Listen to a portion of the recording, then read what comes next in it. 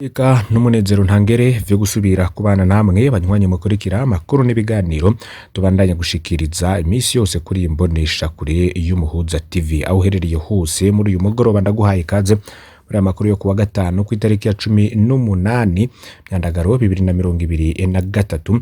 Murabizi ko tubatohoreza inkuru nyinshi ziba zivugwa cane mu bihangange mu butegetsi, amakuru aba yaranyegejwe, byinshi bivugwa cane muri politike, agateka kazina muntu, ubutungane, makuru havugwa cyane mu kibano mu gisata c'ubudandaji, impinduka zigenda zikorwa mu gihugu c'u Burundi. Ivyo byose nivyo tubategurira twifashishije ivyo dushikirizwa n'amasoko yacu ari irya nino mu nzego zitandukanye ndetse no mu bice bitandukanye bigize u Burundi.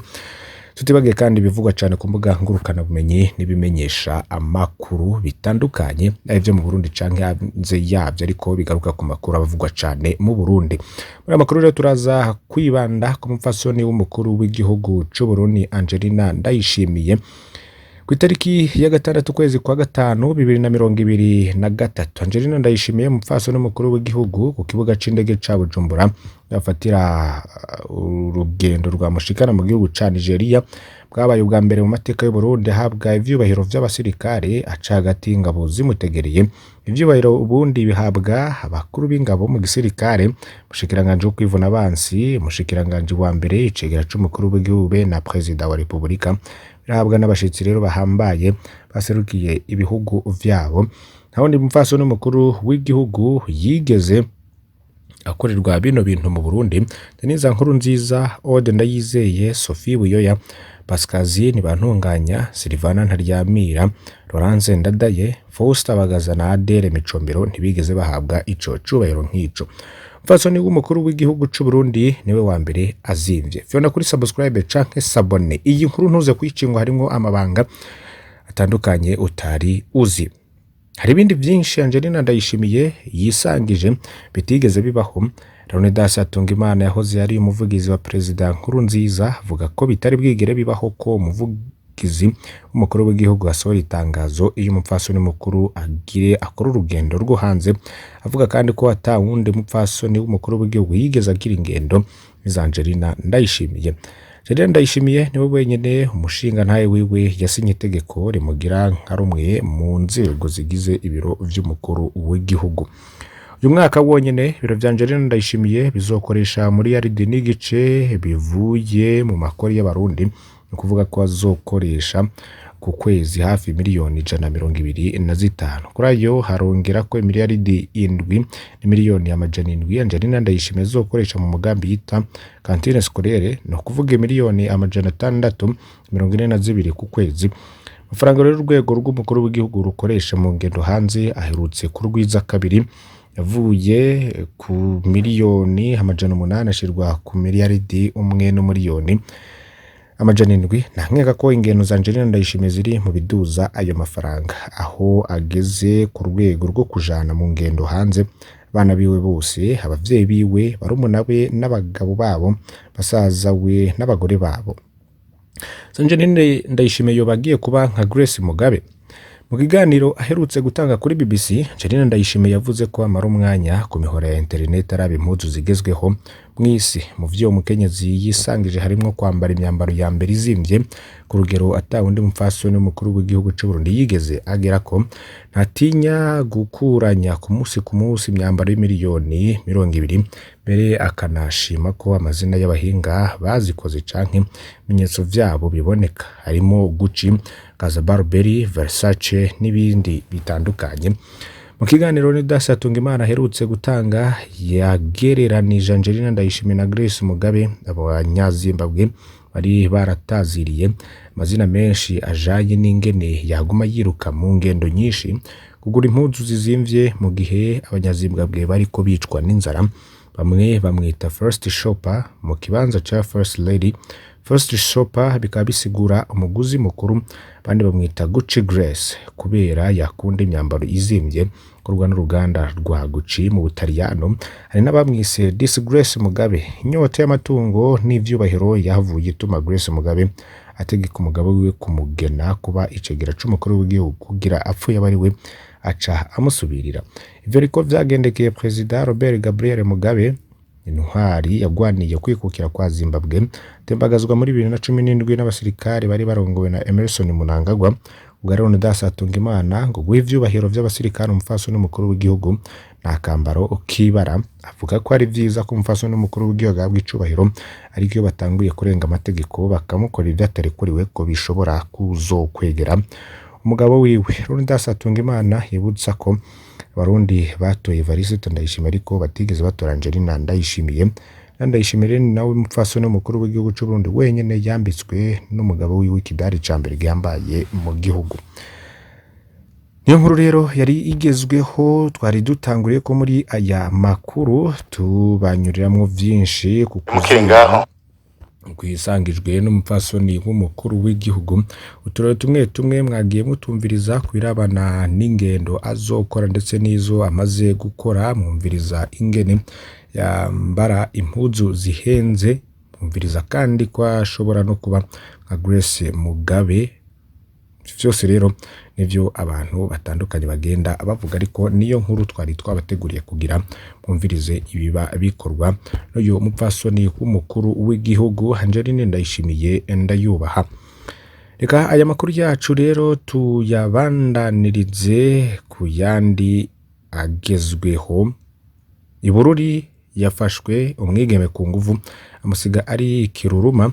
Uno mugabo rero ava muri commune Vyanda ari mu gasho k'igipolisi Bururi kuva mu ijoro ryo kuri uyu wa 17 Myandagaro 2023. Mugabo akaba yagerezwa gushurashuza umwigeme w'umunyeshuri imyaka 20 yafashwe ku mugoroba kuri uyu wa kane akaba afunzwe. Umwigeme rero yategerewe mu ijoro ryo ku wa kabiri tariki ya 14 kwezi k'umunani 2023 ku mutumba Ntunda. Mugabo rero ngamutera ubwoba akoresheje imbugita musimbira ko mushurashuza amusiga yataye ubwenge. Umwigeme yari karavurirwa mu bitaro ku mugwa mukuru wa commune Bururi nkuko vyemezwa na mustanteri muri ako gace. Ubu rero nico gihe ciza co gushirishwagara mu mirima. Shiramwe mpuzamakungu EFDC riri kumwe n'abafatanya ibikorwa baryo Hope Channel Burundi na Jacaranda mu mugambi wo gutanga ishwagara ryatanguje icese isekiza ryo gushira ishwagara mu mirima. Ibikorwa vyabaye ku magerekezo 16 na 17 kwa munani 2023 yatanguriye mu makomine ya Songa, Rutovu mu ntara ya Bururi na komine Nyabitsinde mu ntara ya Ruyigi. Togradias biza bityo hajejwe gukurikirana ishirwa mu ngiro ry'umugambi w'ishwagara muri IFDC hamenyesha ko ivyigwa ryo shiramwe ryakoze rifatikanije n'ikigo cy'igihugu Isabu vyerekanye ko isi y'u Burundi irimo mu rurazi ku rugero rw'ibice birenga 70%. Akagira ati uwo mu rurazi utuma ibiterwa bitaronka ingaburo bikeneye, gutyo ibiterwa bigaca bigwara n'umwimbu gaca uba mubi mu gihugu. Rero ngo ivyigwa vyerekanye ko ishwagara ariyo ivura mu rurazi mw'isi ndimwa, arico gituma IFDC yaciye itanguza umugambi wibanze wo gutanga ishwagara ku buntu kubarimye kugira bavure mu rurazi, gutyo umwimbu wiyongere. Bene gihugu rero bakaba rero baragiye barigishwa ubuhinga bwo kumija ishwagara no kuyirimana hamwe n'urugezo rw'iyo boshira mu murima bafatiye ku buringanire mu rurazi uri mu murima. Abaremyi bakaba bamenye ko ishwagara ishirwa mu mirima ukwezi mbere yo guteragira imbuto.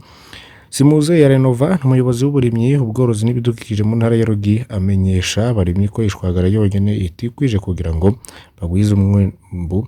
Yababwiye ati mumaze gushira ishwagara mu mirima mubwirizwa gushiramwo n'ifumbire kama, ifumbire ya fomi, mutera imbuto zirobanuye, muce imikobeko mu mirima, mwongere mutere n'ibiti bibana n'indimo.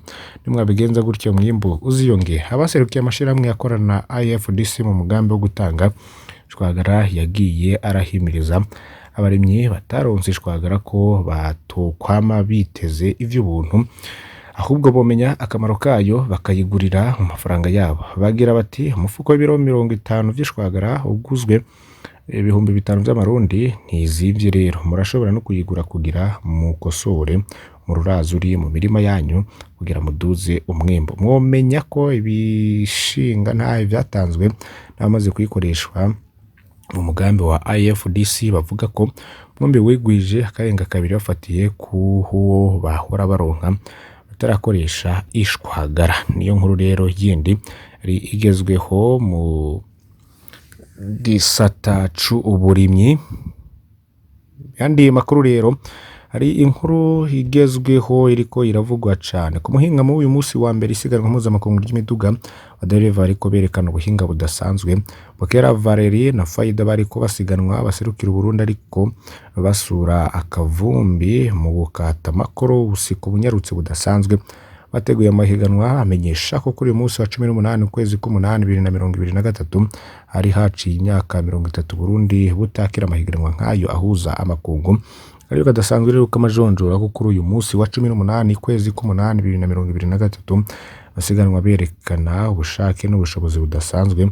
Miganwa rero akazobandanya gushika kwa 20 kwezi k'umunani 2023 ko vyari vyifashe rero mu vyegwa vyangozeho miduga ariko irasiganwa akavumbi katumutse amahiganwa nyezine akaba yakongoye. Nivyo rero byari bigezweho Ngozi rero niho vyabereye ni Rallye Internationale de Burundi ryatanguye abafundi bariko batunganya imiduga bakora ivyanyuma nanyuma abadereva nabo bariko bashikana imiduga ku kibuga c'inkino basaka abandi bakaba bariko barayishusha bigatuma humvikana urwamo rudasanzwe rw'iyo miduga. Banywanyi bacu ndabakengurukiye cyane ko mukurikiye aya makuru ntimuze gucikwa n'ibindi bitandukanye tuba twabateguriye kuri imbonesha kure. Fyonda subscribe canke sabone utari wafyonda Imana iguhezagire.